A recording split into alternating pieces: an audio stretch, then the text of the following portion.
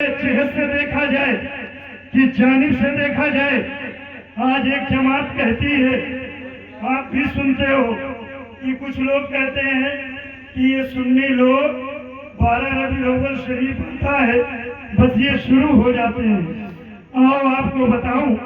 ہماری جماعت کے ایک بہت بڑے عالم دین ہیں، اعلیٰ حضرت سرکار کے شاگرد ہیں، جن کا نام جو ہے مفسر قرآن حضرت سید علامہ نعیم الدین مراد آبادی علیہ رحمہ ہے، جنہوں نے کنز الایمان پر جن کی جو ہے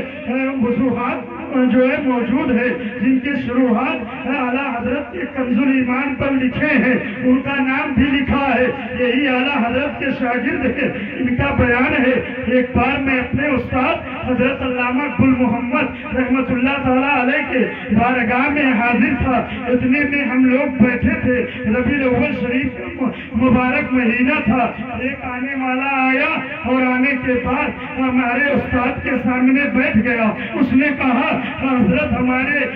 سمجھ میں ایک بات نہیں آ رہی ہے، کہا بتاؤ کون سی بات ہے؟ کہا لوگ جو ہے یہ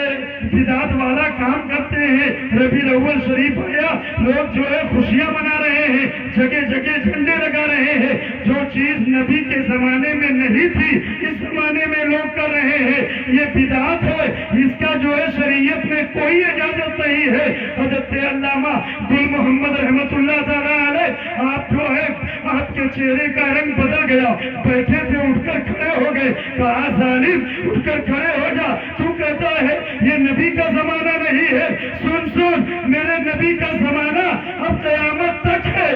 جو ہے جب تک سورج پچھم سے نکلے گا نہیں میرے آقا کا زمانہ رہے گا، اور تو اس بات میں پڑا ہے کہ یہ آقا کا زمانہ نہیں ہے، وہ تیرا نبی ہوگا جس کا زمانہ نہیں ہے میرے نبی کا زمانہ، تو جب تک کہ سورج پچھم سے نہیں نکلے گا تب تک میرے نبی کا ہی زمانہ۔ ڈنکا اگر کسی کا بجے گا تو میرے نبی کا بجے گا، اس لیے دیکھ لو آدم کو ہم مانتے ہیں لیکن ڈنکا نبی کا بجاتے ہیں، عیسیٰ کو مانتے ہیں لیکن نبی کا ڈنکا ہم بجاتے ہیں، حضرت موسیٰ کو مانتے ہیں لیکن ان کے نبی کے نغمہ ہم گاتے ہیں، حضرت تمام انبیاء کرام کو ہم مانتے ہیں۔ ہم جاہل نہیں ہیں، پڑھے لکھے ہیں، اس لیے ہم کہتے ہیں کہ پہلے پتہ لگاؤ آدم آئے تو انہوں نے کس کا گن گایا، موسیٰ آئے تو انہوں نے کس کا گن گایا۔ ہم کتابیں پڑھ کر اپنے نبی کو یاد کرتے ہیں، ابھی حضرت نے بیان کیا آدم علیہ السلام کی زندگی سے، لیکن یہ بھی جان لو جو آدم علیہ السلام جب جنت سے نکالے گئے دنیا میں آئے، کئی برس آدم علیہ السلام روتے رہے، تاریخ کی کتاب میں ہے کہ اتنا روتے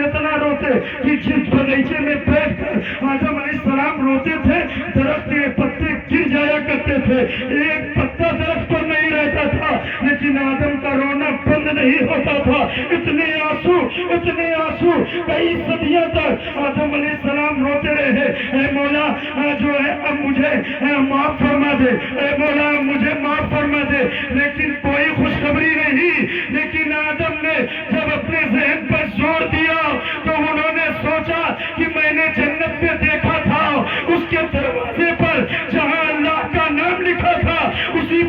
کے بغل میں ایک نام محمد لکھا تھا، بس وہی سوچ کر آدم علیہ السلام زمین پر بیٹھ کر ہاتھ اٹھاتے ہیں۔ اب جملے بدلے ہیں، پہلے جملہ کچھ اور تھا، اب جملے دوسرے ہیں، ارشاد فرماتے ہیں اے مولا ابھی تک میرے پاس کچھ بھی نہ تھا، اب میرے پاس ہے، تیرے نبی کے نام کا وسیلہ لگا کر ہم دعا کرتے ہیں، اے مولا میری دعا قبول فرما لے۔ کتاب بتاتی ہے، مورخین لکھتے ہیں آدم کے ہاتھ ابھی ان کے چہرے پر نہیں آئے، حضرت جبریل بارگاہ آدم میں حاضر ہو گئے، کہا اے آدم اہلا و سہلا مرحبا، اے آدم آپ کو مبارکباد ہو، اللہ نے آپ کی خطا کو معاف فرما دیا ہے۔ سبحان اللہ، وہ آدم جو پوری انسانیت کے باپ ہے، اگر ان کی خطا معاف ہو رہی ہے تو نبی کے نام کا وسیلہ لگائے تو معاف ہو رہی ہے۔ اسی لیے پوری زندگی آدم علیہ السلام نے میرے نبی کا نغمہ گایا ہے، میرے نبی کے ترانے گائے ہیں، میرے نبی کے تذکرے کیے ہیں، جہاں جہاں گئے میرے نبی کا تذکرہ کرتے رہے۔ اور زمانہ آیا، موسیٰ علیہ السلام آئے، نغمہ نبی کا گاتے اور اپنی قوم کے لوگوں سے کہتے کہ سنو، اگر میرے بعد میں چلا جاؤں، اگر نبی کا زمانہ پاؤ تو تم لوگ اس نبی کے ہاتھ پر کلمہ پڑھ لینا، ان کی عظمت اپنے دل میں بسانا، ان سے بے پناہ محبت کرنا، بغیر اگر ان کے دامن کو چھوڑے رہو گے تو تم کہیں کے نہیں رہو گے۔ یہ سارے واقعات کو مد نظر رکھتے ہوئے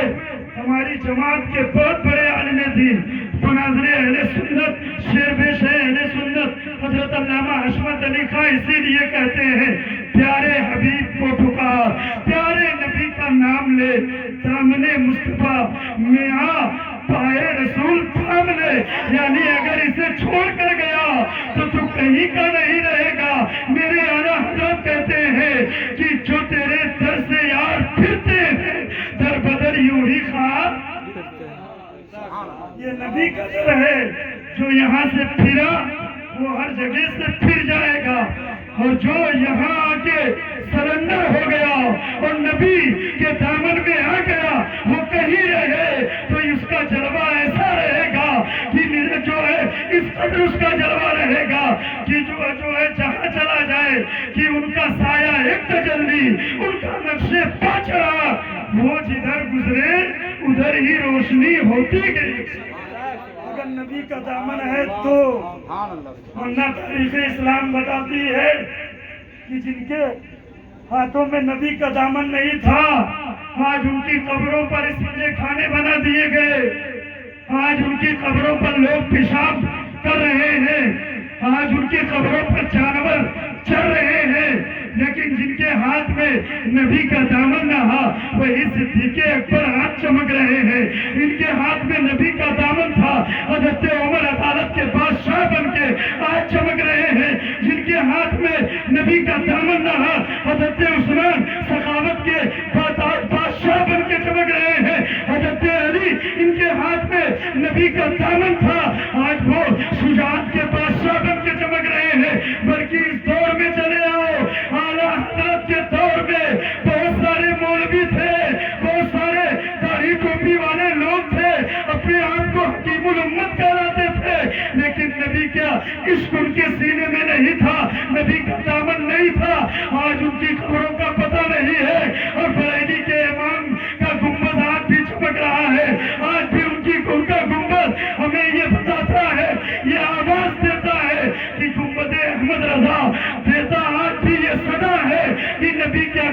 کے غیب کو بتانا سب کی بس کی بات نہیں ہے۔ آج بھی اعلیٰ حضرت کے چرچے ہر جگہ ہو رہے ہیں، ہر جانب ہو رہے ہیں، اسی لیے ہم کہتے ہیں وادی رضا کی کو ہے، ہمارا رضا کا ہے، وادی رضا کی کو ہے، ہمارا رضا کا ہے۔ جس سمت دیکھیے وہ علاقہ رضا کا ہے۔ اعلیٰ حضرت کے دامن،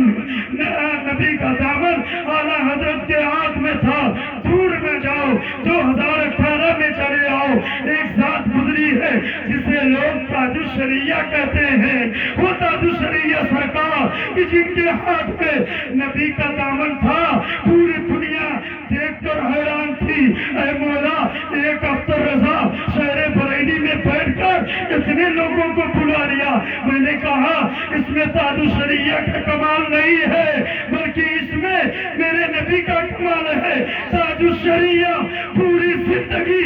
جہاں جاتے تھے نبی نبی کرتے تھے، اسی لیے کہتے تھے زندگی یہ نہیں، زندگی کے لیے زندگی دی گئی، نبی کے لیے جہاں جاتے تھے صرف نبی کی بات کرتے تھے۔ آج نبی کی بارگاہ میں اتنے مقبول ہوئے کہ شہر بریلی میں جب جنازہ اٹھا تو پوری دنیا حیران تھی۔ اور اختر رضا تیرے اندر کون سی خصوصیت تھی؟ نہ تو منسٹر تھا، نہ تو پی ایم تھا، نہ تو بادشاہ تھا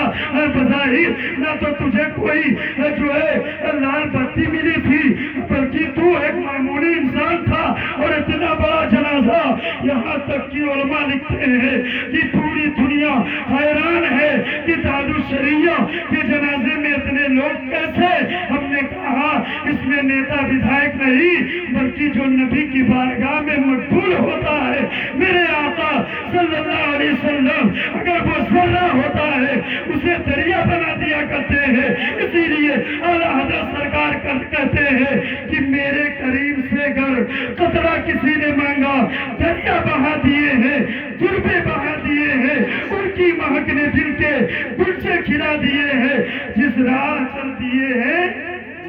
بسا دیے۔